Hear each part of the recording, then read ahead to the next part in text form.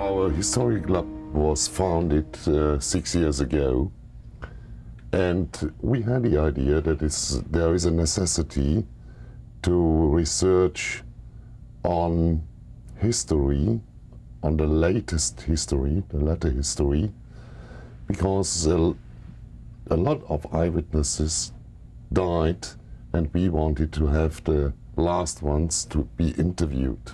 I think as far as our former citizens of Jewish religion are concerned, it was Mr. Hofferbert, one of our members of the historical club. He was interested in each of the fates of these people from the very beginning on, and he asked me someday if I could support him because I belong to the local authorities. I'm a representative in the local parliament. The population of the village we come from has about 10,000 inhabitants, and it consists of 9 smaller villages, and Höchst is the center of it. Our village was a very poor one. There was only one factory nearby where a lot of people worked, but most of the people worked in agriculture, in farms, and they had very small land. Especially our Jews were very poor people. During the war, the food was restricted, and the Jews get their cards and the Christians get their cards. And the cards of the Jews were reduced. They were reduced because they were citizens of minor importance. I was not born at that time, but we spoke to people. When we asked in interviews some elderly people about that time, how they felt, how they lived, they always asked us if we wanted to publish that, because they are still very anxious. We publish it, but your names won't be mentioned. The influence of the Nazis, that can't be explained by them. These people were not willing to be interviewed. It was only the passive population who behaved passively, who was willing to answer our questions. My father was a socialist, and they had quarrels very early with the local Nazis. Yeah, insofar they were never affected with the prejudices against the Jews. But some acquainted people from me, they were affected by it because the propaganda was so overwhelming. Hitler came to government on the 13th of January 1933, and in our village, in this evening, there was a meeting of the Nazi Party and of the Social Party in 2 different pubs. And at 10 o'clock, it was finished.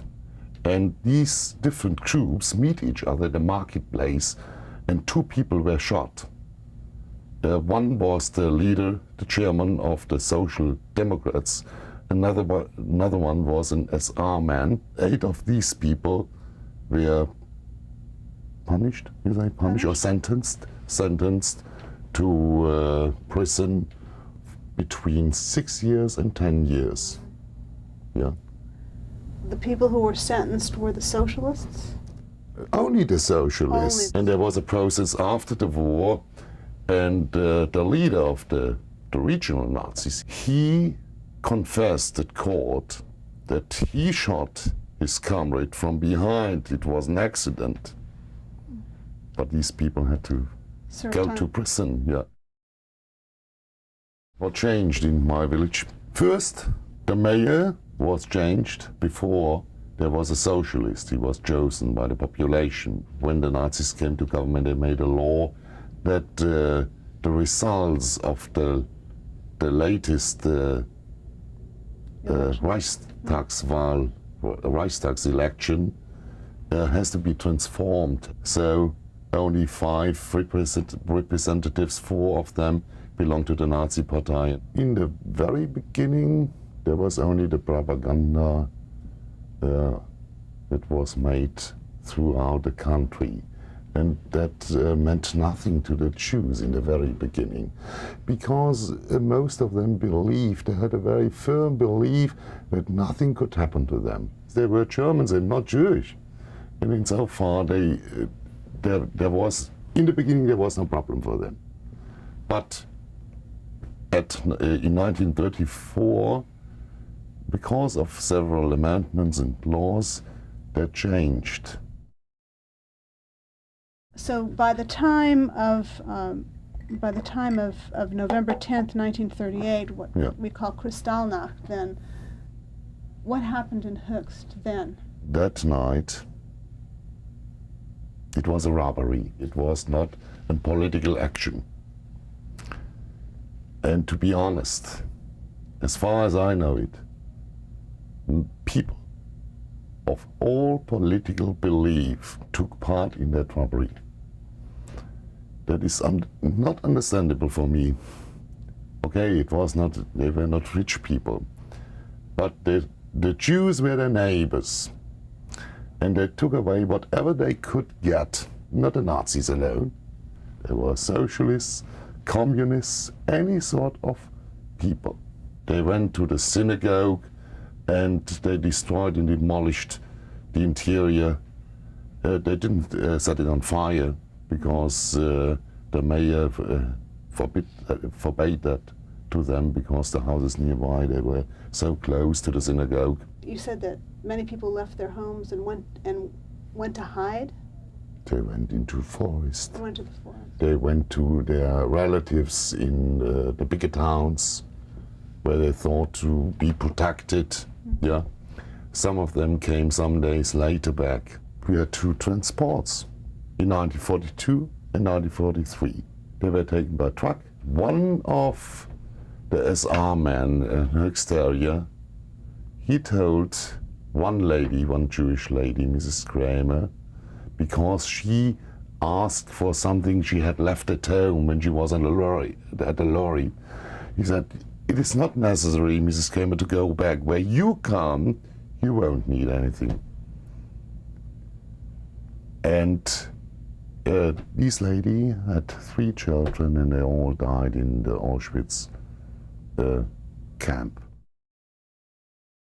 I know some examples when people, German people, gave food to them during the night because they were afraid of being persecuted by the Nazis. Most of the population behaved passively because they were afraid of these people, not of the Jewish people, but of the party.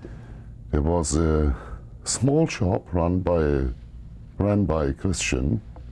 They sold vegetables. 2 elderly Jewish women, they were unmarried, and they were they hadn't the best health. They went to that shop in 1942, short before the closing time. And I went in and I asked for some vegetables, and Mrs. Schnellbacher went into the kitchen and wrapped a cauliflower, very small cauliflower, into a newspaper. Mrs. Schnellbacher gave this very small cauliflower to that Jewish woman. The following day, this Mrs. Schnellbacher was arrested, and it took 6 weeks to get her free. It is very difficult to teach the children about these happenings, about these happenings in the years of the war and before. There's a difference between what people say and what people feel. And the people who feel guilty, they don't tell that. And the younger people, they don't feel responsibility for that. Might be some of them, they feel responsible because their father and grandfathers did such brutal things, but there is no personal feeling of being guilty.